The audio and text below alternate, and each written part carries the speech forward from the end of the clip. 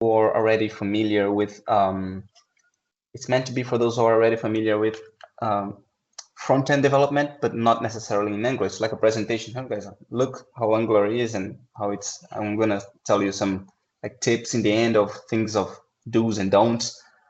But don't expect super deep matter, because it's just initiation, right? Just to show you how it's supposed to be. And also because we have only 30 minutes. So let's start. This is what I'm gonna try to cover in those 30 minutes, right?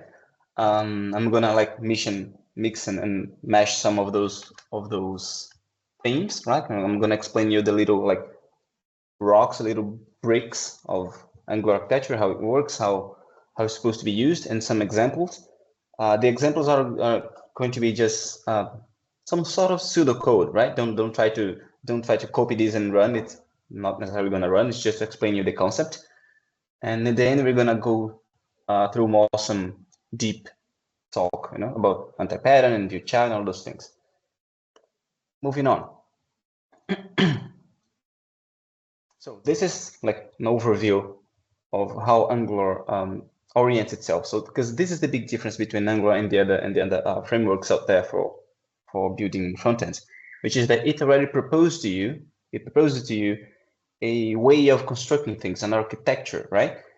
It kind of cuts both ways. It can be very good because it's going to give the teams already a structure to work on. And this is, let me tell you, when the project gets really, really, really big, this is quite helpful. But also you can make a lot of mess with it and make the entrance barrier for newcomers in the project quite high. Actually, Angular has this tendency to have a higher barrier of entrance, but well, if you do this right, you can come around that.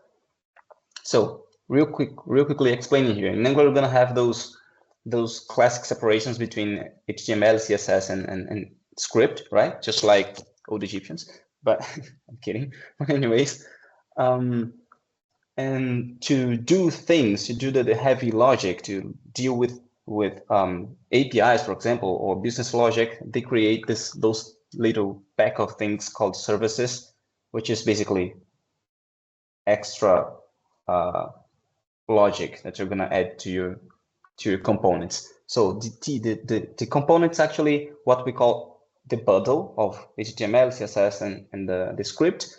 But there is a communication here that goes on between your script and your components. We're gonna dive into that soon enough. We're gonna talk a little bit about the directive too and how it's working and what is it for. It's for me, it's quite a nice piece of thing that Angular have. So let's start by the components. It's the building block of every Angular application. Basically, most of the things in your Angular website is going to orbitate about your components and your services. So this is this is my first pseudocode that I got directly from. If you click here, you're gonna see you go directly for the Angular introduction, right? Angular documentation. So basically, this is how you do stuff. I would like you to notice, especially the separation here, right? So you have your HTML here, and then you have the script here. Pay attention to how you're gonna declare your class. Okay, you're gonna declare your class putting some. This is going to be a lot very used in Angular, right? Those annotations to say what the class you're creating is. It's something that sounds kind of messy for those who come from React and Vue, I know, but it helps you. I'm gonna show you later. It helps you. So it's just how those things relate to each other. How those things relate to each other. As you can see, you have here those things, and those things are called bindings. This is specifically is an interpolation, but this is bindings. This is how Angular makes this communication right here, right? From the properties to the template. Those are the properties. This is the template. And this is how Angular understands, oh, so this is basically something inside your script that you want to add in your view, right? So it's going to render the value of this variable, right? So this is how things work. Angular is all about communication between parent and child, and so is React too. But Angular does it a little bit different. This notation here with the brackets is how you tell Angular that variable called hero inside the hero detail is linked to that variable right in your parent component in hero list, for example, right? We're gonna dive into that soon.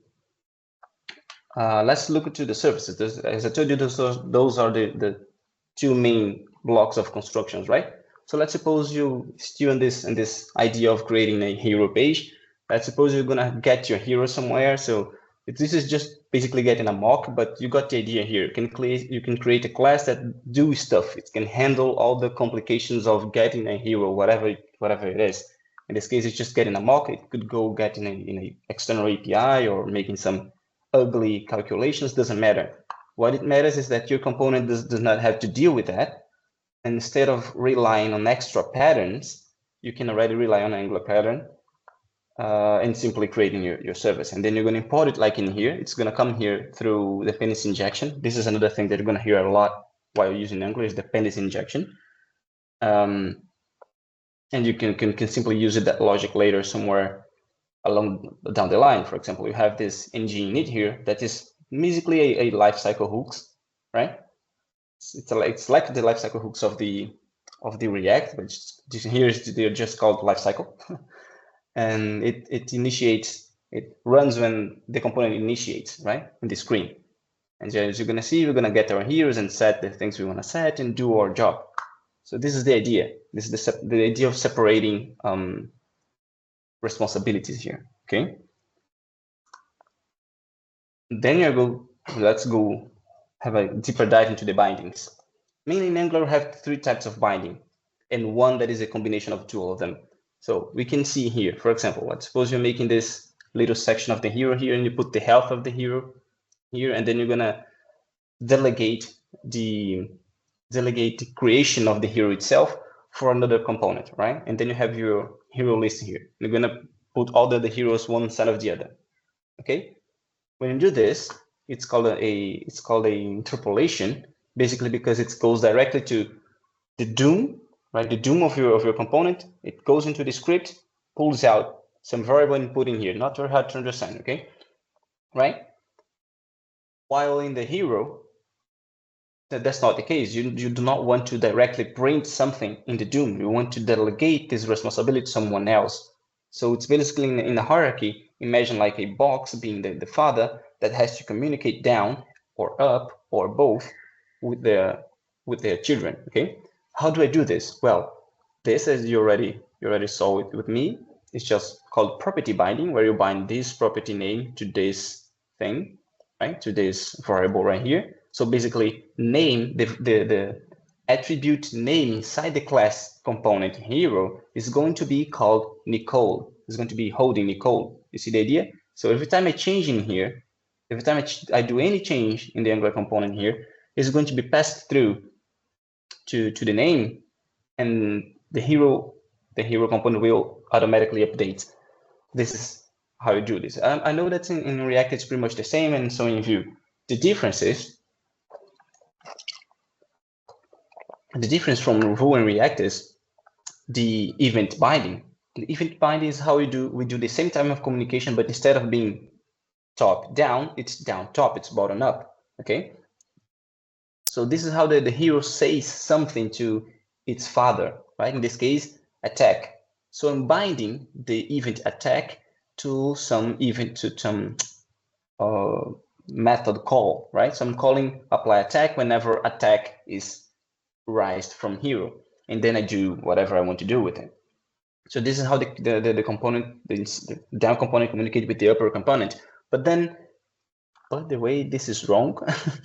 This should be all the way. It should be the way around. It should be brackets and then parentheses. Okay. Never forget banana in the box. Banana in the box. Anyways, it's just a trick I used to forget, but except when I'm making presentations, then I forget. Anyways, this is supposed to be it's made to be a communication like both sides. It's quite cool because it makes a sync that you have, not as far as I remember. I don't think you have a way of doing this in React and and view directly. You have way around it, of course, but not like this, because in this case, you are directly linking hero health inside hero with health inside hero list. Basically, what it does is whenever and wherever it updates in one side, it updates in the other automatically, right? That's quite cool. So it syncs this variable with this variable. Okay. This is quite useful in Angular, by the way. So those are how bindings works, right? So let's move on to some other nice thing that Angular has. It's called pipes. Well, and theoretically, in computer science, the pipes in Angular is just as any other pipe in computer science. Like it gets some data, does some processing, and spits out another type of data. For example, come on, let's see this one here. You have a stage name, which is a variable right in here. Stage name is dark space, so you're in the dark space of the heroes, and then you pipe uppercase. This is a built-in pipe. Keep in mind that you can create your own, but let's stick with the built-ins right now. It's going to basically get the value of this and uppercase. It's not very hard, right? So basically, this interpolation here will be showing dark space all in capital letters, right? So it's quite a fast way of doing stuff. And while this example is kind of like no-brainer, this one ain't. Because, well, observables is something that is out of scope for this. Oh, Myra, you want to say something? Anyways, just raise your hand if you want. It's out of scope of this presentation to talk about the observables. You know, they are complex and perhaps it's one of the most stiff, the most stiff curve to learn in Angular, because in my little experience around the world, I see that observables are used like most of the time. It's like killing a frog with a canyon, you know. But also it has some very, very, very important and very nice use cases. And I see people either overcomplicating this when it's needed to be used, or using this where it should not be used. So, well, it has its applications, guys. That's just what I want to say. But the point is, you're going to be dealing with observables a lot, right, in Angular. So it's very common that you have some sort of data that is just waiting there to be consumed somewhere. Some of Angular patterns for state management is basically based on observables, and they're quite cool, by the way. You don't need to use Redux or all those things, all this ugly stuff, if you know how to work with observables right. I told you it's powerful. But then you're going to be assigning to observables, and then you have to remember to store the subscription. Then you have to unsubscribe from this later, all this tricky stuff. So Angular provides you a quite useful pipe, which is the pipe async. What does it do? It's like, if I did not have this pipe async here, and I pass username to hero, the hero list would receive an observable of hero. It would have to subscribe on this in the init or in the constructor, and then then destroy it, would have to unsubscribe, and all those things that I just said. Doing this, it assigns it for you, unassigns for you when it's needed, and pass to heroes only the juice, only the data you want. So it's basically keeping all this assignments and unassignment stuff behind the scenes and taken out of your control of your hands. And this is neat. Okay.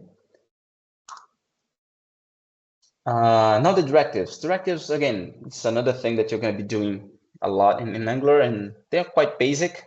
So we're going to pass through them quite blazing. Okay, that's basically how you manipulate the DOM in Angular. Okay, so let's give a short example.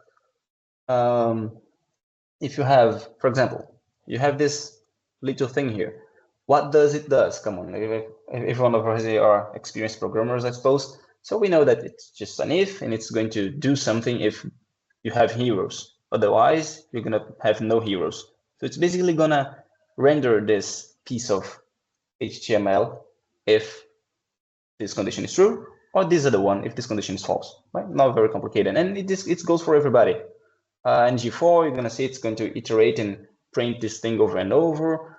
One funny piece that I like in Angular is this ng class. It kind of makes it easy to add a lot of classes and remove it depending on states, right? As you can see here, I can add strong if hero strength is bigger than this, or fast if speed is bigger than that, right? So I can add those CSS classes.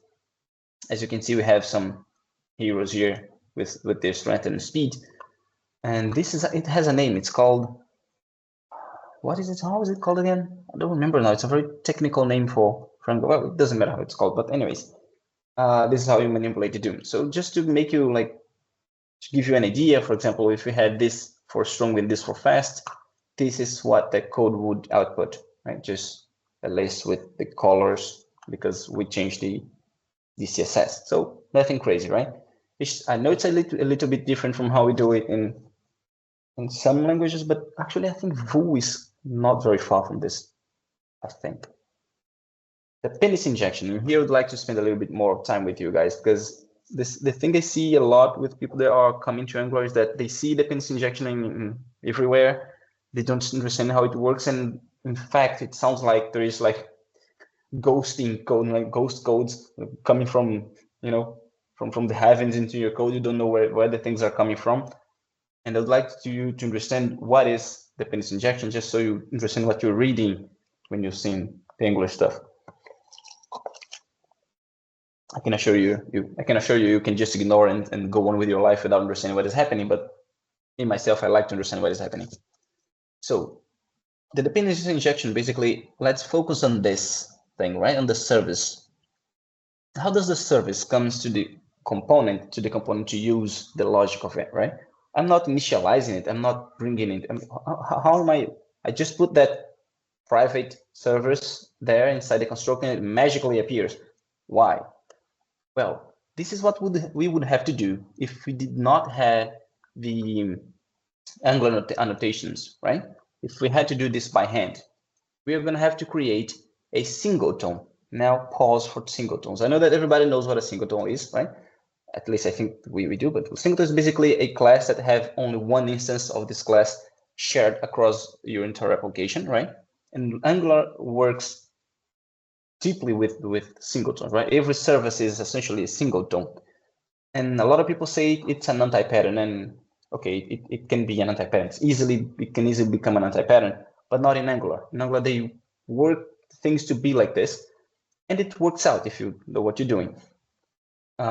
So if you have to make a singleton from a service with your bare hands, would have to basically do this, right? You have to create a static instance, and then to make a thing to make a new instance and store this instance, and always right? And when you go to the component, you're going to have to initiate this instance and store it somewhere, right? And this is, well, at least clumsy, right? It's going to give you a lot of work. Well, with the Angular injectable in here, right? What it does is that it does the job for you. You can focus on whatever is it that your service has to do. Forget about all the structural job done behind the scenes. And when you do that, what this line is actually doing is initializing, getting the new instance, and providing this as an attribute to your class, right? All behind the scenes, so you don't have to worry about that. So this is basically what is happening in here. It's not coming from heaven, it's being initialized, basically. And this is important to keep in mind. It's always the same instance. Okay, it's a singleton.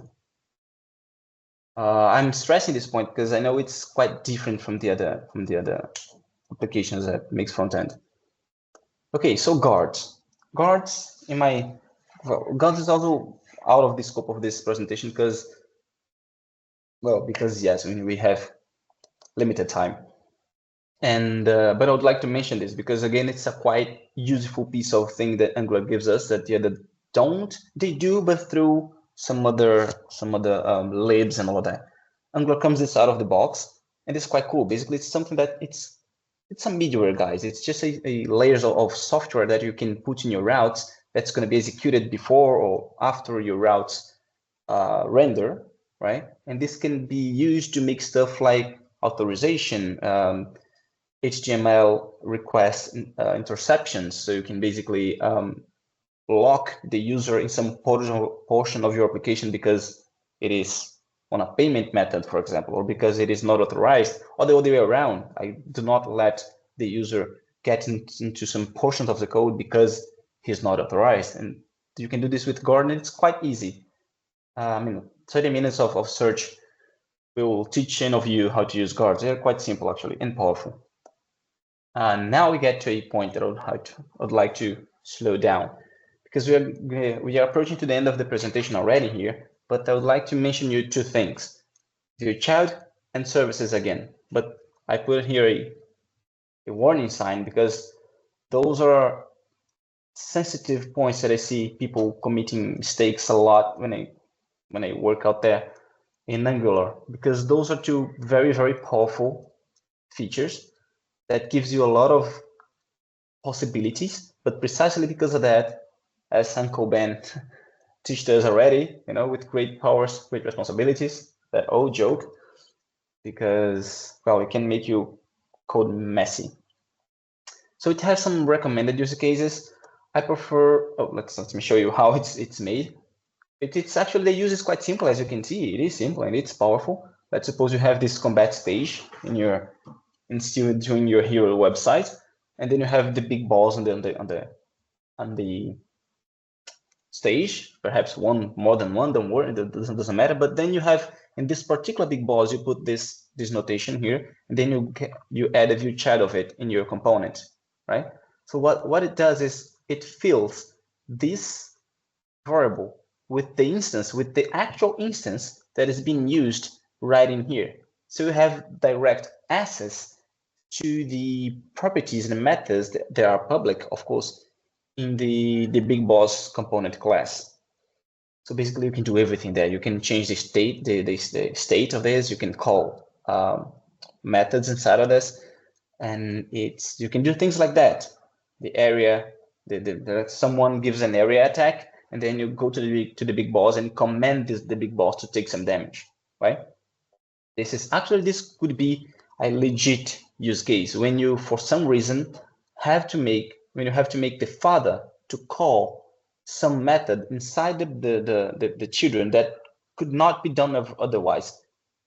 Be cautious, because usually when people think that this is the only way, they're 90% of the time being lazy. Then there are better ways to do that. but sometimes I saw this happen already. Sometimes long story short, view child is an edge case. It's a thing that is very, very useful for edge cases. So instead of telling you some legit use, I'll tell you some things to avoid when you're dealing with view child, okay? First, avoid manipulating DOM with it. It's possible, it's easy to do that. I know that some libraries actually make use of this. So sometimes you have to make ugly stuff to some libraries to work. That works with Canva sometimes and all that. And you're gonna probably be doing things with a view child that you don't even know what is happening. But avoid doing this yourself usually, because come on, if you're gonna manipulate the DOM directly, why to use any framework to begin with, right? And then you should also avoid assessing attributes of these classes, as I told you. Like, don't go there and change the status, like change the health of the boss directly, right? You could do that, it would work, but it's an anti-pattern. It's gonna make things harder to read and to understand what is happening, especially when it grows to thousands and thousands of lines, right? Avoid retriggering re-render. I saw this. I swear to you, I saw this already. Of an attributes update, right? So for some reason you need something updated, but then your reactivity is not set quite right, and then you need to make one particular child to be updated like forcefully. And well, as we call in Portuguese, this is a gambiarra. This is a way around stuff. Don't do that. Well, in short, remember that you have the bindings. Most of the things that people want to do with your child actually should be done with bindings. Get information from the child. event binding, changing some status, property binding, right? So well, let's just keep that in mind. Now the services, coming back to it, why? Because services is really, guys, it's going to be a lot of your code is going to be, a lot of your work in Angular, your mental work will be organizing how your services are going to be used, is going to be laid down in your application, right? And this can make the difference between it being understandable and not understandable in 6 months down the line during the development of the software. So I have a couple more tips around the services, okay? The first tip I would give you would be like to create hierarchy for your services. Because what I see, especially in the beginning, is when people are starting, is that they go put in the services as if they were just creating new files in a new file in a React application, for example. And then at some point you have all the services, all services calling all services. It's super intertwined. The responsibilities are not clear in the difference. The barrier is not clear in between the services, and this is going to hurt your performance by a lot. So my advice would be create some sort of layered separation between your services. You have this kind of layer, right? And so you don't make everything communicate with everybody. Okay. If you have a point where everybody can connect, and basically what I'm telling you is search some sort of hierarchy in the software. Talking about software, some software hierarchy. You have a couple of them. I always like to mention what is the name of it again? Some onion architecture, right? You have some onion architecture, you have the facade, you have the clean architecture, that's what I was trying to remember. You have the clean architecture, you have some sort of architecture to make with it, because otherwise you are going to get lost in your services. So separate responsibilities, again, completely aligned with the architecture. My take on this, after a lot of working with Angular, is like at least those 4 you should separate, at least those 4. So a service that deals with state, don't mess it with something else, right? So let's suppose in the heroes things, let's suppose you have all the hero stats, all the heroes magics. You don't want to keep that in your components, of course. What each hero can do, the information about your client, information about your user, separated, right? And this service only deals with the data that is being presented in your HTML, right? In your template. So it's only dealing with data, like a machine, like a state machine, okay? And manipulating that data. But then you're gonna have to consume stuff. You're gonna have to get information about your client, for example, or about the new heroes, for example. You're gonna have to consume stuff. I see a lot of people like doing those functions that go get hero and then update the hero, and then you're gonna get the heroes in here, you put in your components. Don't do that. Put this another service. This service deal with the API connections and all those things related to that, all the treatment related to that, all the mapping. Well, not necessarily. You can make the mapping here too, depending on how you're doing stuff. The point is separate it. And then this service that deals with the data being shown, the state, is just going to consume the data from the backend through another service. Okay. Utility. So we're gonna make like sorting. You're gonna need some data formatting, some date formatting, some currency formatting. If you need logics for that, everybody ends up needing some kind of stuff like this. Separate it too. Create a service for utilities. You can even separate of types of utilities. I don't know, but don't make it inside the state or the API service, because it's going to start to be messy. You will need this utility somewhere else eventually, and either you're going to duplicate your code or to make an unnecessary dependency between services that otherwise would not be connected, right? And the mappers. This is pretty easy to do, but I see very few people applying this. It's like every time you go get some information or you go send some information to some WebSocket or from some API, whatever is it, you're gonna have to transform data, transform the data that is coming from the backend to some data that you're gonna present in the front end. And sorry, what I see a lot is people making all this logic of this data transformation inside the same the same place they do the state or that they do the API. And it will get messy at some point. You can survive without that, but I would highly advise you to make a function that maps A into B and put this organized and then consume this somewhere else, right? So those are the 4 things I would advise you to do. There are many other ways of dividing this, but those 4 is something that I always see necessary when I go around in this life working. The third one I ended up talking already, like limit who can access your services. Again, it's going to come with a very good architecture, right? So you don't have everybody accessing everybody. And try your best to limit the scope. It's another ways I'm telling you responsibility again, right? Don't try to do like one service that does everything, that serves all the data for all the pages of your application. You can even like make a service to serve only the data that is showing in one specific page. It's no problem with that. Get this service put together with that page. It's not a problem. Okay, just so you can remove this logic from the model, from the component, right, into new models and all of that. Well, that's pretty much it. Somebody have questions? I'm kidding. Somebody have questions? It was really helpful, Leonardo. Yeah, Thank you very much.